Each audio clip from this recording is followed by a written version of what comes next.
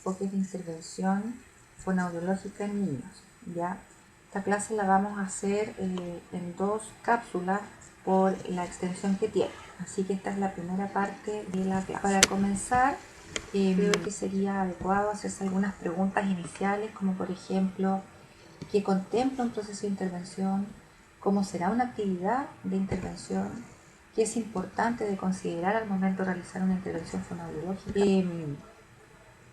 Ya que esto es importante planteárselo, ya que obviamente que la intervención resulta ser fundamental al momento de interactuar con un usuario que tiene alguna dificultad comunicativo-lingüística. Entonces, para esto vamos a consensuar que hay modelos o enfoques y que de alguna manera se asocian a técnicas o estrategias. Ahora, para entender más o menos la diferencia, esto solamente tiene la intención, ¿cierto?, de clarificar un poco, pero a veces ambos términos se suelen ocupar como si fueran lo mismo, ¿ya? Bien, modelo más que nada estaría relacionado con la descripción de diseños, estructuras o componentes de un proceso de intervención. O sea, sería un plan o guía de actuación. En cambio, el enfoque describiría una orientación teórica dentro de un determinado modelo. O sea, sería más bien la teoría que subyace al modelo.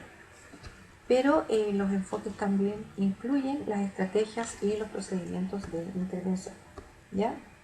Obviamente que esto está delimitado por un marco. Bueno, este es un video, ¿cierto? Que yo les dejé el link en el chat de la clase. Se los voy a subir de todas maneras a la plataforma para que lo vean y después podamos comentarlo directamente. Estas son algunas preguntas, ¿cierto?, que vamos a conversar en el momento que comentemos el video, así que se las dejo ahí. Además, bueno, como siempre, comentarles que la clase va a estar disponible en PDF también. Para este personaje, ¿cierto?, que es Faye, en el año 1906, hablaba de un continuo, ¿cierto?, o no un continuo, sino que mencionaba como 3 tendencias para intervenir a los niños, ¿ya? O 3 modelos. Entonces, el primero sería el modelo centrado en el clínico, ya, o en el adulto que realiza el tratamiento. El segundo estaría siendo el modelo híbrido, y el modelo centrado en el niño sería la tercera o el tercer enfoque que plantea este autor. Ahora, en el modelo centrado en el clínico, es una actividad que es particular del tratamiento, ¿cierto? Obviamente que nosotros tenemos que siempre pensar en el contexto físico y también en el contexto social. De todas maneras, es el clínico, o sea, el terapeuta, quien tiene la libertad para seleccionar el modelo y moverse también dentro de este continuum. Esto significa que a lo mejor el terapeuta o el fonoaudiólogo en este caso podría decidir en algún momento tener un modelo centrado en el clínico, ¿cierto? Pero fácilmente, dependiendo de lo que él observe y vaya evaluando, podría determinar, por ejemplo, cambiarse o modificar a modelo híbrido. Es un ejemplo, ¿ya? Pero eso lo decide. Pues bien, ya les dije que, y no perdamos el foco, ¿cierto? La primera parte va a estar enfocada básicamente al modelo de intervención que es centrado en el clínico, ¿ya? Y después estaría el modelo híbrido y finalmente el modelo centrado en el niño. Ninguno de ellos es mejor que el otro, sino que hay que decidirlos y definirlos según siempre las necesidades del usuario. Yo creo que eso es lo más relevante de tener en cuenta. Acá no existe la receta, ¿ya? Lo más importante siempre es pensar en que nosotros como terapeutas lo que queremos es lograr que el usuario tenga las mejores habilidades para tener una comunicación lo más funcional posible para él, dentro de su contexto. Entonces, para partir vamos a decir que el modelo centrado en el clínico es altamente estructurado, ya que se sigue las ideas del conductismo, ¿ya? Es el clínico o el terapeuta quien define, por ejemplo, actividades, cuáles son las respuestas correctas y los criterios de corrección. Además, se entrena al niño en relación al estímulo para elicitar una respuesta objetiva, ¿ya? Entonces, si ustedes se fijan, es sumamente rígido esto, ¿ya? Y estos estímulos de entrenamiento son cuidadosamente seleccionados. Estos estímulos además pueden ser altamente relevantes en el sentido, o sea, son estímulos verbales altamente relevantes. Otra cosa importante es que frente a respuestas que pueda dar el niño, ¿cierto? El clínico puede entregar un apoyo o una ayuda. Pero quien lleva la batuta acá de alguna manera es el médico o el terapeuta. Esto lo que sí permite es maximizar las oportunidades de un niño para producir un mayor número de respuestas adecuadas por unidad de tiempo. Por otro lado, pasaría a ser una desventaja la falta de naturalidad, por supuesto, porque ya hemos dicho, ¿cierto? Queda claro que esta es un modelo que es altamente estructurado, entonces quien controla y quien define todo finalmente es el terapeuta, y por esto deja un poco fuera que el niño sea un poco más espontáneo dentro de su proceder, ¿ya? Y de esta manera sí van a aprender el lenguaje en forma natural al interactuar y al estar escuchando a los demás. Ya eso se refiere a cuando es un ambiente más natural, ¿no? ¿Verdad? Pero ¿para qué necesitan esta intervención? Bueno, los modelos centrados en el clínico son eficaces para obtener nuevas formas de lenguaje. La pregunta es, ¿esto se replica en la comunicación real? O sea, ¿es cierto que la comunicación real está siempre tan estructurada? La verdad es que no. Entonces, eso es una reflexión que habría que hacer en torno a este tipo de modelo. Este modelo, como es tan exigente en términos del estímulo que se selecciona, el tipo de respuesta y todo, no sería recomendable para aquellos niños que se niegan a participar de actividades, ¿cierto? O sea, que no tienen la voluntad para hacerlo o que son muy inmaduros. Y tampoco sería muy adecuado en un niño muy... Ahora, el modelo centrado en el clínico tiene estas dos grandes líneas, ¿cierto? Para proceder, una es el drill, ¿ya? Y la otra es el drill play. El drill es un entrenamiento por imitación y el drill play es lo mismo, pero como dice el nombre, es un entrenamiento más divertido, ¿ya? Y dentro de este drill y de este drill play, nosotros podemos hacer distintas acciones, ¿cierto? Que son, por ejemplo, el modelado, el shaping, el modelamiento o moldeamiento, el reforzamiento, el fading, que tiene que ver con el desvanecimiento de una conducta, la imitación y el prompting, que es por instigación. Esto lo vamos a ir viendo y, como les decía, de todas maneras podemos revisarlo de manera directa una vez estemos en la clase. Ahora, ¿qué es lo que es el drill? El drill tiene una instrucción, ¿cierto?, que minimiza la posibilidad del error a la respuesta. Entonces, el niño, uno le da una instrucción, el niño responde y pueden pasar dos cosas. Una, obviamente, que la respuesta sea correcta, y la otra, que la respuesta sea incorrecta. Si la respuesta es incorrecta, se le solicita al niño que lo intente otra vez. Si la respuesta ha sido correcta, el refuerzo es más bien de elogios de tipo verbal o un refuerzo tangible, o sea, puede ser un cariño en un nombre, una cosa así, ¿ya? Hay una motivación después de la respuesta, que podría ser un premio, ¿no es verdad?, como un sticker, y el clínico intentaría dar forma a la respuesta en el caso que la respuesta es incorrecta, al reforzar la producción y aumentando gradualmente el número de componentes que deben aparecer correctamente para obtener el refuerzo. O sea, sería un poco como por pasos, ¿no es verdad? El drill play, existe un protocolo de entrenamiento que es para la intervención dirigida por el terapeuta. Ya, entonces, para hacer esto, por ejemplo, lo primero es que el terapeuta debería saber que las instrucciones tienen que ser de forma declarativa. En el fondo es una orden, ¿cierto? Toca algo que es para comer. Esa es la manera. El terapeuta también presentaría los estímulos específicos que estarían, ya sabemos, predeterminados, y el terapeuta esperaría la respuesta del usuario, dándole un tiempo suficiente para formularla. Por otro lado, el terapeuta otorga una consecuencia o un refuerzo, o primario, digamos, o bien secundario, como un esfuerzo social. O sea, lo primario pasa a ser lo más concreto, ¿ya? En cambio, lo secundario tiene mucha relevancia también porque es algo mucho más social.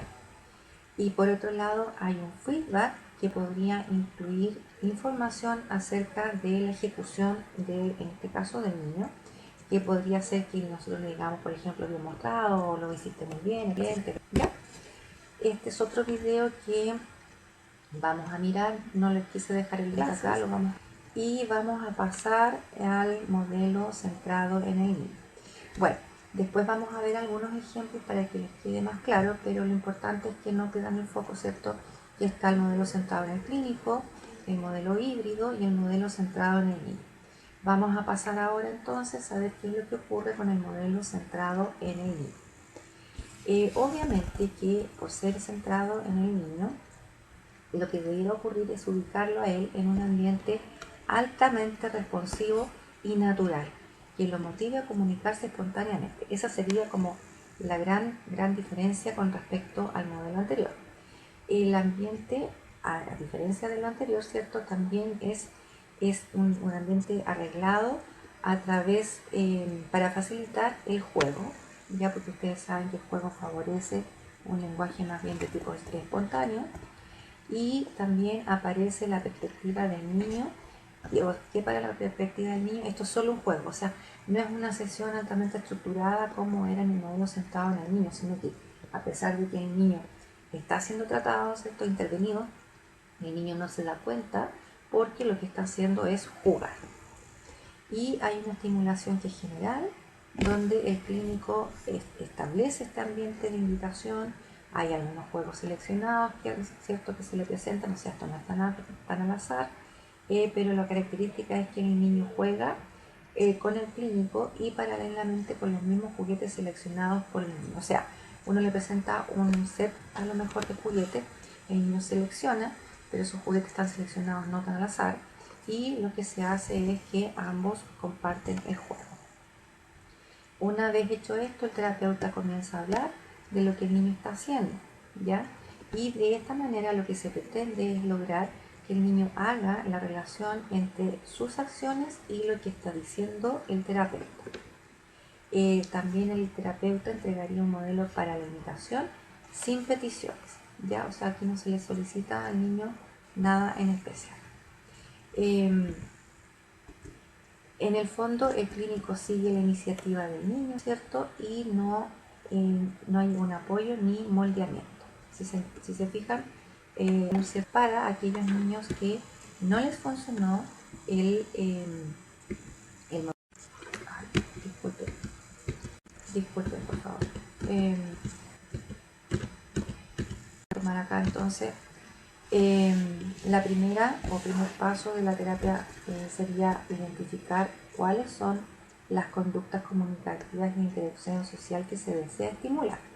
Obviamente porque esto tiene que ver con las necesidades propias del niño. Segundo paso sería recopilar los datos que son la línea base, ¿ya? Y esto sería un mínimo de 3 veces en más de un ambiente. O sea, tendría que yo tener una instancia, ¿cierto?, donde observara al menos 3 veces ciertas instancias específicas. El paso número 3 tiene relación con la posibilidad de identificar los contextos de interacción y se determinan por las actividades de la vida diaria y los contextos donde se usará la terapia natural. Obviamente, porque recuerden que mencionamos que uno lo que necesita es saber cuáles son las actividades más significativas para ese niño. También, como paso 4, se necesita capacitar a los miembros del equipo, donde todos conocen la conducta target, que es la conducta como la que se debe estimular, ¿no es verdad? Y las estrategias para provocarla. Es como la conducta objetivo, esa es la conducta target. Y el paso 5 tendría que ver con la organización del medio ambiente para que se pueda provocar la conducta comunicativa o de interacción social. Esto también conlleva la utilización de algunos materiales y recursos para captar la atención, motivación e interés del niño. El paso número 6 sería elicitar una conducta comunicativa o de interacción social, y para esto se seguiría la iniciativa del niño como un ser directivo, ¿ya? Entonces acá nosotros le podemos decir, por ejemplo, juguemos con los puzzles, eso sería. Y el paso número 7, habría que recopilar los datos para monitorear los progresos del niño y determinar así los próximos pasos. Entonces, teníamos, recuerden ustedes, en el modelo centrado en el niño, teníamos las técnicas, ¿cierto?, de, por una parte, la terapia natural y por otro lado, el whole language, ¿ya? Esto se relaciona con una forma de pensar, es una filosofía, es una perspectiva en que el desarrollo del lenguaje y del aprendizaje de los niños se considera como un todo, ¿ya? Entonces por eso se habla como de esto, como esta idea de lenguaje completo, ¿ya? Se fundamenta en la observación de que los alumnos crecen y aprenden mejor si se implican activamente en su propio aprendizaje. O sea, acá es sumamente importante el rol activo del niño, ¿ya? No tiene una estructura determinada por etapas, a diferencia de como lo tenía la terapia natural, por lo tanto se analiza desde distintas perspectivas. ¿Qué es lo que podríamos hacer? Escuchar, hablar, leer y escribir entre tareas que se reconocen como indispensables y están interrelacionadas. También es preferible que los niños aprendan en un entorno lingüístico real y significativo. Si pensamos en lo que era el modelo centrado en el clínico, tenía un poco esa debilidad, ¿no es verdad? Que al ser altamente controlado, no es la situación real cuando nosotros estamos en una situación lingüística comunicativa. Entonces, los niños no aprenden el lenguaje a partir de fragmentos, obviamente. Se aprende a cosa bastante más completa. Por otro lado, el lenguaje siempre se presenta globalmente, por lo tanto es global e indivisible. Obviamente, desde esta mirada así es, ¿no? Procede del todo a la parte, siempre en contexto y entendiendo las necesidades del que aprende. Se propone situar la intervención de dificultades lingüísticas dentro de contextos escolares y también toma en cuenta estos ambientes para que sean significativos para el niño. Supone también un trabajo colaborativo entre el fonoaudiólogo, el profesor y la familia. O sea, acá colabora un equipo, ¿no es verdad?, que van a ser fundamentales para el logro de la superación o el desarrollo del lenguaje o de lo que nosotros pretendamos hacer desde el objetivo de la intervención. Acá sí se respeta la iniciativa del niño y una cosa que es favorable o que se reconoce es que favorece la generalización. Es primordial el trabajo desde la acción, ¿ya? Y por lo tanto trabajar el lenguaje de manera integral. Desde el aspecto fonoaudiológico, en ningún caso se renuncia a identificar componentes o unidades lingüísticas, sino que se trata de incrementar la competencia comunicativa, ¿ya? O sea, acá por eso se habla de lo más general, ¿no es verdad? Porque aquí lo más relevante es desarrollar la competencia comunicativa, ¿ya? Ahora, esto no significa que no se tomen en cuenta aspectos específicos del lenguaje, pero sí la visual. Y el modelo híbrido, ¿no es verdad?, que sería el tercer modelo, se caracteriza porque intenta desarrollar actividades lo más natural posible sin dejar los objetivos de la intervención. Entonces, híbrido significa una mezcla, ¿ya?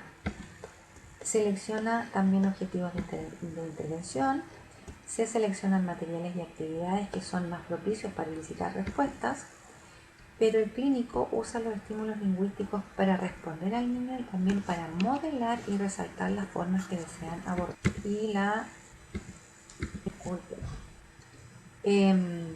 Y el hecho de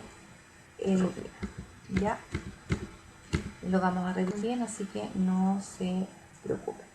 La estimulación focalizada tendría o se caracteriza ya que el clínico de manera repetida, ¿no es verdad?, modela una estructura de objetivos para estimular al niño a utilizarla, usualmente en una situación de juego.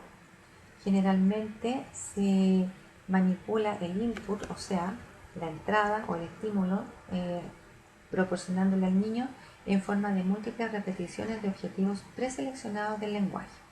Estos presentados en un contexto sin ambigüedades. Recuerden ustedes que el input es la forma en la que yo doy el estímulo, ya la manera de entrar, la vía de entrada.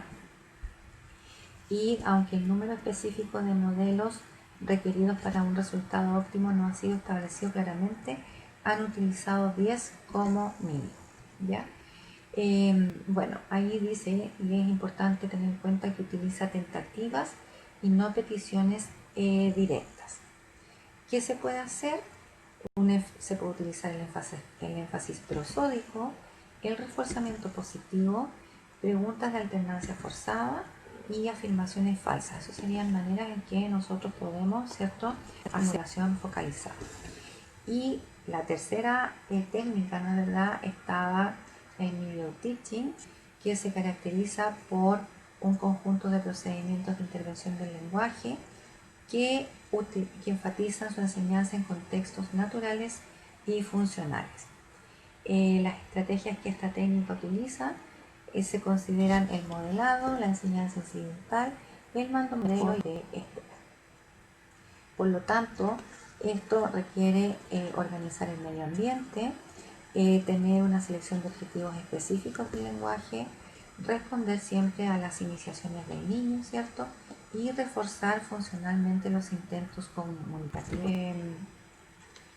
Las especificaciones del Media Teaching, pero vamos a seguirlas en la segunda parte de la clase para que no se haga tan larga, ¿ya? Así que dejamos esta primera parte hasta acá.